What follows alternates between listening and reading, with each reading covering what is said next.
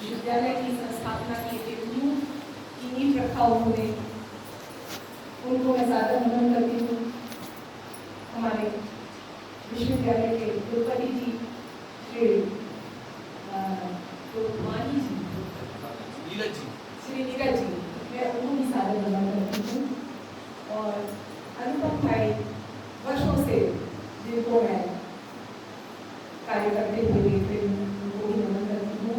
और भारतीय स्त्री शक्ति की जो संयोजिका है ऐसी मेरी भाभी और जीवन संगिनी, जिनको ऐसी मिली हो, डॉक्टर प्रतिभा तिवारी जी को मैं ज़्यादा नमन करती हूँ। और सामने बैठी मेरी बहनें जो लगातार इस मुहिम में मेरे साथ थी, कुछ आवश्यक कारणों से कुछ बहनों को जाना पड़ा।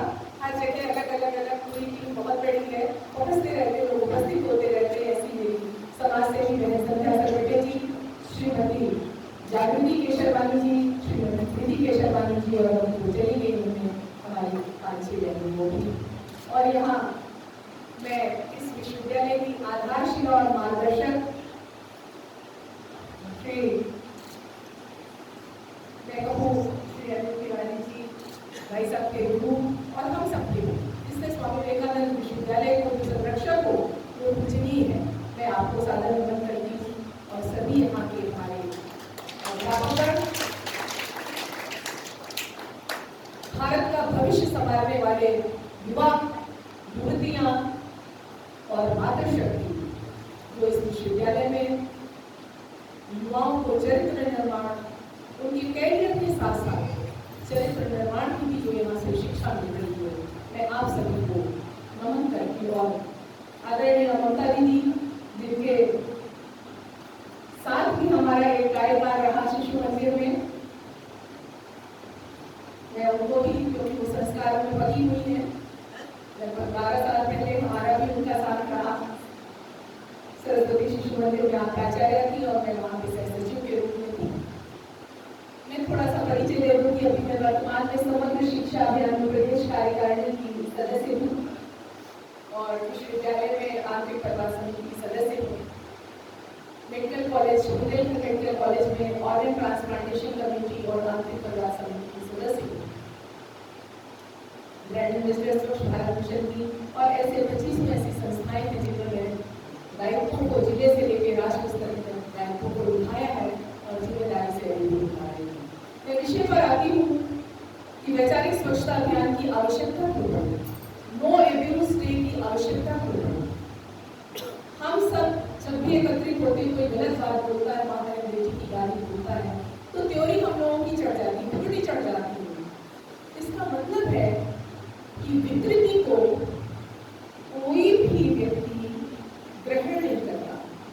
और रामचरितमानस में ये भी कहा गया है, सुमति कुमति सबके उड़ रहनी, नाथ प्राण निगम अस कहनी, जहाँ सुमति तह संपत्ति नाना और जहाँ कुमति तह विपत्ति निराना। हम सबके अंदर अच्छी और बुरी बुद्धि निवास करती है, मगर जहाँ अच्छी बुद्धि निवास करती है वहाँ पे नाना प्रकार की संपत्ति यानी सकारात्मक ऊर्जा अपना स्थान बनाती है। और जहाँ पे बुद्धि निवास करती है वहाँ पर नाना प्रकार की विपत्तियां स्थान बनाती हैं। और वो उस परिप्रेक्ष्य में कहा गया है कि रावण को जब मंदोदरी समझाती और नहीं समझ में आता है उसको, तो उस समय में उसके अंदर वो विद्वान था, प्रकांड विद्वान था, सब कुछ उसको एक से शिव का भक्त था, मगर जब उन्नति का प्रतिशत अधिक हो गया तो वो अच्छा निर्णय ले ही नहीं पाया। सीता को पत्नी के रूप में सोचने लगा। तो अहंकार उन्नति के साथ जब मिल जाता है तो सर्वनाश की ओर लेकर के हमको अग्रसरित हो जाता है। और ये कब हम चले जाते हैं हमको पता ही नहीं चलता। इसलिए हम सबका पहला कर्तव्य है कि हम अपने अंदर के उन्नति के प्रतिशत को कम करते रहें। और उसका कम कैसे होगा, हम अपने सुमति के प्रतिशत को आगे बढ़ाते चले। तो आज मैं उसी सुमति की बात करने चली हूँ आपके बीच में।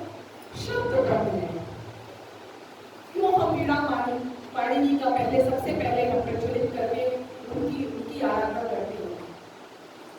गणपति जी की क्यों करते हैं? विवेक और विद्या। अगर हमने विद्या ले ली और विवेकहीन विद्या ले ली, वो भी सर्वनाश की ओर ले जाएगा। उदाहरण रावण। तो विद्या और विवेक, इसलिए गणेश और सरस्वती, इनका पूजन हमारी भारतीय संस्कृति का हिस्सा है कि जब आप जो भी ज्ञान विज्ञान आपने धारण किया है उसको विवेक के साथ उपयोग करोगे तो वो हमेशा जन कल्याणकारी रहेगा, और विवेकहीन उपयोग करोगे तो ओसामा बिन लादेन इंजीनियर ऐसा विनाश हो जाएगा। सोशल मीडिया में आज जो दुरुपयोग हो रहा है वो विवेक का साथ न होने से विज्ञान का उपयोग हो रहा है। तो विवेक बहुत जरूरी है। शब्द ब्रह्म है। हम जो अपशब्द बोल देते हैं, विशेष रूप से आज जो मैं यहाँ बात करने आई हूँ उस भारतीय संस्कृति के परिप्रेक्ष्य में बात करने आई हूँ जहाँ मात्र पितृ देवो भव, सीताराम, राधे श्याम, ऐसे शब्दों का हम प्रयोग करते हैं, जहां मात्र शक्ति को हम पहले नमन करते हैं, कन्या पूजन करते हैं, 18 दिन नवरात्रि में मां शक्ति की उपासना करते हैं। तो हमारी भारतीय संस्कृति में रचा बसा ये देश ऐसी अपसंस्कृति का, ऐसी भाषा का, ऐसे अपशब्दों को कैसे बोल सकता है जहां मातृशक्ति का अपमान होता है? माँ बहन बेटी की गालियां कैसे बोल सकता है? ये विषय, ये शब्द, ये विचार निरंतर मुझको वर्षों से आंदोलित करते थे, मगर जब मैं स्वच्छ भारत मिशन की ब्रांड एम्बेसडर बनी तो मुझे लगा ये विषय अब उठने का समय आ गया है। कारण स्वच्छता मिशन में बहुत से ऑफिस प्रथम आए, मगर क्या जमीन के साफ सुथरा होने से कोई, सब कुछ पैरामीटर स्वच्छता का रखने से यहाँ गंदगी नहीं है, दीवारें साफ हो, स्थान साफ हो, तो ये प्रथम का क्या मापदंड हो सकता है? मेरे अंदर से आवाज आई, ये कतई नहीं हो सकता, क्योंकि एक साफ सुथरे कार्यालय में अगर कोई वैचारिक रूप से गंदा व्यक्ति बैठा हुआ है और वहां पे कार्य करने वाले सहकर्मी को उससे अपमान और पीड़ा मिलती है विचारों की अशुद्धि के कारण, या साथ करने वाले, काम करने वाले लोग असहज महसूस करते हैं, तो मेरे विचार से उस स्वच्छता के पैमाने पर प्रथम क्या किसी भी श्रेणी में आने योग्य नहीं है। आप सहमत हैं इन बातों से? आवाज आनी चाहिए। इन्हीं सब चीजों ने मुझको प्रेरित किया। हमने अपनी बहनों के बीच इसकी चर्चा की, सभी एक मत में थे इसका विरोध होना चाहिए। विशेष रूप से जब आज अनुकूल माहौल समाज में बना हुआ है और सर्वत्र भारतीय संस्कृति को हम उस स्वरूप को आगे ले जाने की कोशिश कर रहे हैं जो विश्व गुरु के रूप में स्वप्न कभी हमारे स्वामी विवेकानंद जी ने देखा था, और सिर्फ वो शब्द ही है जिससे शिकागो के धर्म सम्मेलन में स्वामी विवेकानंद जी ने उस परतंत्र भारत की उस विषम परिस्थिति में भी भारत को विश्व के लक्ष्य पे लाकर के खड़ा किया था। वो शब्द ही था, मेरे प्रिय भाइयों और बहनों, वो शब्द ही था जिसने परतंत्रता के समय में भी जो भारत को दिशा दिखाने वाली प्रेरणा है वो देता रहा। और आज हम सब विश्व के मानचित्र पर स्वामी विवेकानंद को देख सकते हैं कि उन्होंने अपने शब्दों से, और शब्द कहां से आते हैं? विचारों से आते हैं, निरंतर मंथन से आते हैं, और जब निरंतर मंथन चलता है नकारात्मक या सकारात्मक, तो वो विचार के रूप में परिणित होता है, विचार कार्य के रूप में परिलक्षित होता है, और कार्य हमको परिणाम के रूप में दिखाता है, चाहे वो नकारात्मक हो या सकारात्मक।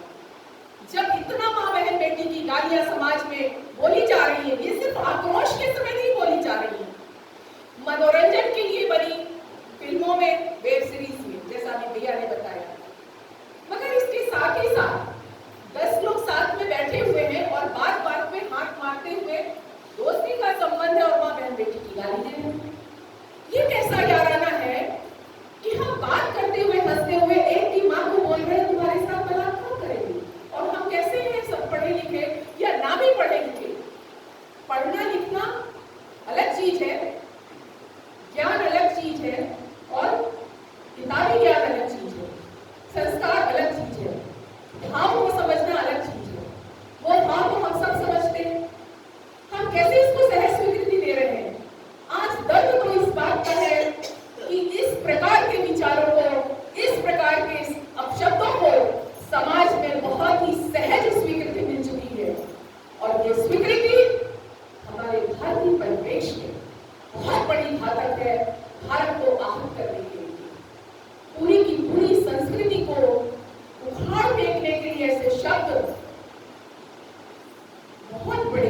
हैं। और सबसे बड़ी चीज अब ये हो रही है कि जब पहले भी मैंने विभिन्न विश्वविद्यालयों में और अन्य जगहों पे इस चीज को जाके जब देखा कि बेटियां भी धारा प्रवाह जो है मां बहन बेटी की गालियां बोल रही हैं, तो मुझे लगा क्या करूं, एक छटपटाहट थी अंदर। और उस छटपटाहट ने वैचारिक स्वच्छता अभियान का जन्म लिया और 17 सितंबर वर्ल्ड ट्यूसडे के रूप में हमने घोषित किया। और 17 सितंबर क्यों? क्योंकि मुझे लगा कि जिसने स्वच्छता अभियान को प्रारंभ किया है माननीय मोदी जी ने, जरूर वैचारिक स्वच्छता अभियान के भी समर्थक होंगे, क्योंकि बिना विचारों की दृढ़ता हम सभी ने महसूस की है और पूरा विश्व महसूस कर रहा है, उनके अंदर विचारों की सात्विकता भी महसूस कर रहा है, निष्काम कर्म की प्रेरणा भी उनसे ले रहा है। मुझे लगा, मैंने बहुत से लोगों का, हम सब ने मिलकर मंथन किया कि क्या दिन निश्चित किया जाए।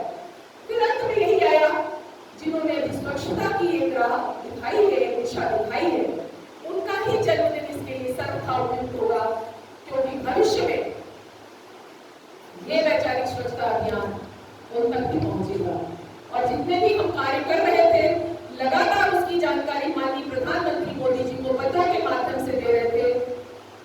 विश्वविद्यालय में अभी अप्रैल माह में कन्वोकेशन था, उससे माननीय अन्नपूर्णा देवी जी का आगमन हुआ, केंद्रीय राज्य शिक्षा मंत्री का। उनको भी पूरे कवरिंग लेटर के साथ एक हम लोगों ने कुलाधिपति और कुलपति जी के माध्यम से उनको पत्र दिया कि इन पे रोक लगनी चाहिए और विश्वविद्यालय में इसको बड़े स्तर पर इसको स्वीकार्यता नहीं होनी चाहिए, ऐसे बोर्ड लगा करके नोटिस बोर्ड जाए केंद्रीय शिक्षा मंत्रालय के द्वारा। और फिर उसका कवरिंग लेटर करके माननीय मोदी जी को हमने पत्र लिखा। उसमें यह भी लिखा कि आपने जिस जीवन को आप जी रहे हैं, जहां राष्ट्र की सेवा कर रहे हैं, ऐसे शब्द आपके कानों में हजारों हजार बार पड़े होंगे, मगर आप कभी भी इसका विरोध नहीं कर पाए होंगे, ये मेरा विश्वास नहीं था। अगर आपको वो शब्द अच्छे नहीं लगे तो आप इसकी कदम उठाएं। और उसका परिणाम ये हुआ, मुझे खुशी है कि 15 अगस्त को लाल किले से उन्होंने इस बात को 93 मिनट में अपने उठाया, कि इसी मिशन से प्रेरित होकर के उन्होंने उठाया कि हम, क्या आज से उन्होंने यही शब्द थे उनके कि ये विषय लाल किले से बोलने का है या नहीं आजादी के अमृत महोत्सव में। मगर मैं कब बात करूं देशवासियों से? क्या आप सभी स्त्री, जाने अनजाने हम स्त्रियों को, नारी शक्ति को अपमानित करने वाली भाषा का प्रयोग करते हैं? क्या उससे मुक्ति का हम सभी संकल्प ले सकते हैं? और उनके इस विचार ने, लाल किले से बोले हुए शब्दों ने हमारे प्रयास में ऊर्जा का अपार भंडार कर दिया। और हम इस चीज को तीसरा वर्ष पूरा करने पर, जब हम चतुर्थ वर्ष में हमने 17 सितंबर को प्रवेश किया, तो हमने इसको पूरा पखवाड़ा मनाने का शुरुआत की और संगोष्ठी का निरंतर आयोजन इसमें प्रारंभ किया, क्योंकि ये मंथन के बाद सारा कुछ जाएगा वहां केंद्र सरकार के पास, पूरी रिपोर्ट जाएगी कि आप ये परिवर्तन इसमें करिए, कि इन शब्दों का सेंसर नहीं है तो कौन लगाएगा। आप भी अपमानित महसूस कर रहे हैं, पूरा देश अपमानित महसूस कर रहा है, और सरकार किसकी होती है? बहुजन की होती है। तो हम चंद कुछ लोगों के, ऐसे कहा जाए कुछ विचार के लोगों को, जो सिर्फ पैसे के लिए ये काम कर रहे हैं, तो एक बहुजन की सरकार को का ये दायित्व है कि वो बहुजन के हिताय में ऐसे निर्णय ले। और यही मैं सोचती हूँ, आप सभी का भी यही मत है कि ये परिवर्तन होना चाहिए। तो यही आवाज, इसी चीज को लेकर के हम आगे आए हैं। और मुझे लगा कि ये केवल और केवल जन जागृति का विषय है, क्योंकि मैंने जितने भी लोगों को आज तक संपर्क किया, गलत बोलते हुए उनको बात करी, उनसे उन्होंने सबने हमसे माफी मांगी और उन्होंने ये कहा कि हम इस एहसास, इस सोच के साथ इसको बोल ही नहीं रहे, बोलने का नहीं बोल रहे, तो आप सोच के इस चीज को। और शब्द की महिमा तो इतनी अधिक है कि जब एक डाकू वो निरंतर लूटपाट करते हुए परिवार का भरण पोषण करता है, और जब कोई उससे सज्जन टकराता है, संत टकराता है और बोलता है जो तुम गलत काम कर रहे हो उसमें परिवार भागीदार है क्या, जब उसको ये ज्ञान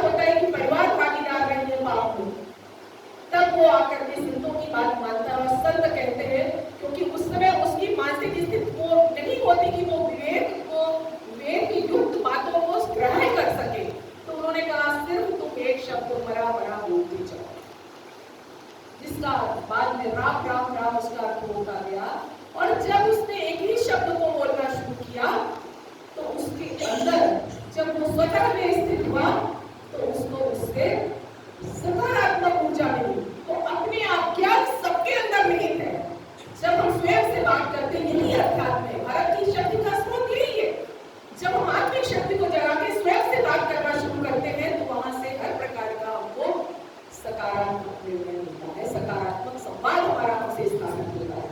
और वही जो व्यक्ति गलत काम करने वाला था, एक अच्छे विचार से, एक अच्छे शब्द से वो वाल्मीकि महर्षि बन गए। तो जब एक डाकू एक शब्द से, उस ताकत से शब्द की एक महर्षि वाल्मीकि बन जाते हैं और हजारों हजार साल से पूजनीय है और समाज को राह दिखाने वाले हो गए हैं, तो हम सब भी उन्हीं से हम सब प्रेरणा लेती है। समाज राम से सिंचित समाज है। राम को हटा के तो भारत का कोई अस्तित्व नहीं है। क्यों? राम आदर्श है। राम सिर्फ राम का नाम जपने से या भोग लगा देने से, आरती करने से हमको सब कुछ की प्राप्ति नहीं होगी। राम का एक एक आदर्श, एक एक चरित्र, एक एक जीवन में कठिनाइयां हमको प्रेरणा देती है कि हमको धर्म, समाज, परिवार,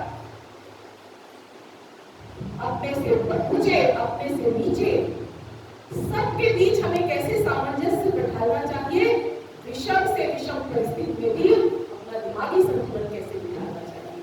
तो आज राम के इस देश में, मातृसत्ता के इस देश में, नवरात्रि के 18 दिन मनाने वाले इस देश में, कन्या पूजन के इस देश में हम आप सभी से अपील करते हैं कि आप सभी इस वैचारिक स्वच्छता अभियान के संवाहक बनिए और जो भी आपके आसपास माहौल है, जहां भी इस प्रकार का वातावरण है, सभी के घर परिवार से जुड़े, कार्यस्थल से जुड़े लोग ऐसे होंगे जो इन अपशब्दों का इस्तेमाल करते होंगे, उनको सजग कीजिए, उनसे बोलिए ये आपके लिए भी ठीक नहीं है, समाज के लिए, घर परिवार के लिए भी अच्छा नहीं है। क्योंकि जब आपके मामले में किया है, आपके घर में ऐसे, तो आप क्यों अपशब्दों का प्रयोग करते हैं? न्यूटन थर्ड लॉ है, एक्शन रिएक्शन लॉ।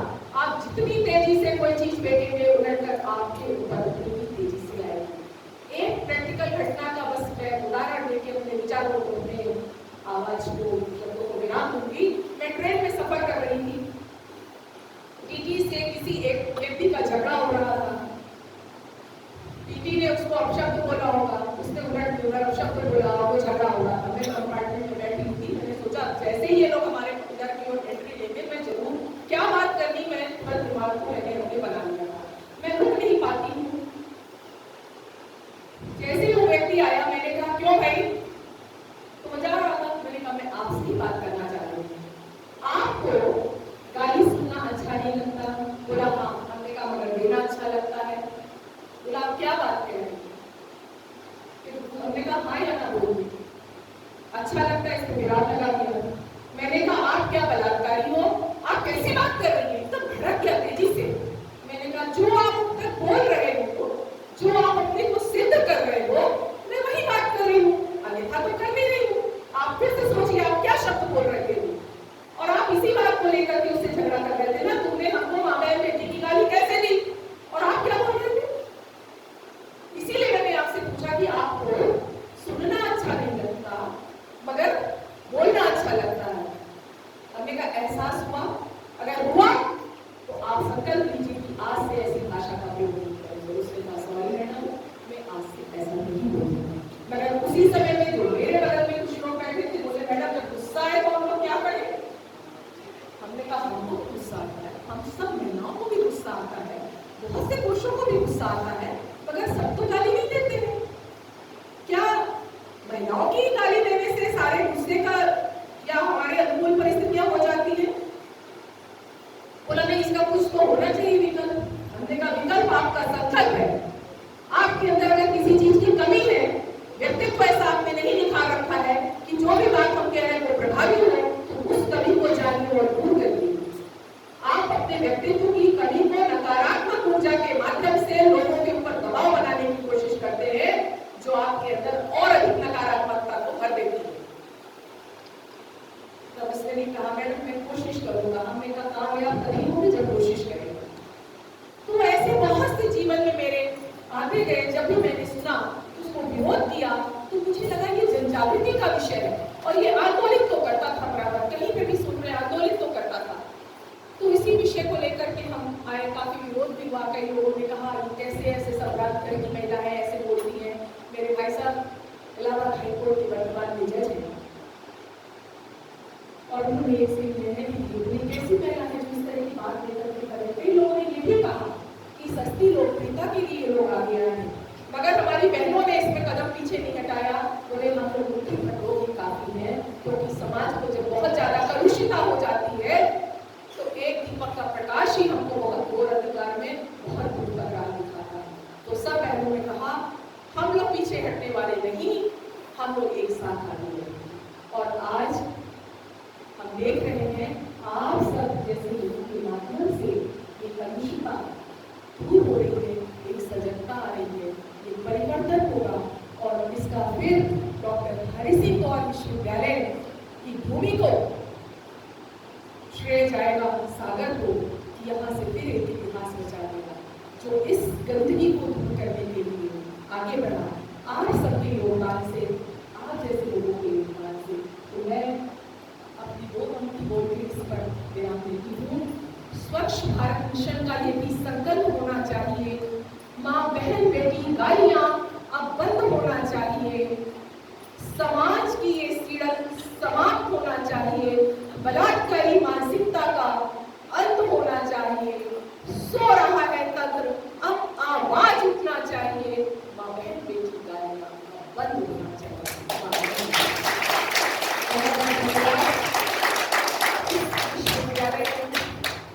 आप सभी को जिन्होंने मुझे जगह देकर सुना और इसको समझा भी है, जैसा आप लोगों की भावना से लग रहा था, और इसके निश्चित रूप से आप सभी संवाद करेंगे। और मैं निवेदन करूँगी भाई साहब से कि हम लोग अपना जो हमारा संकल्प अभियान होता है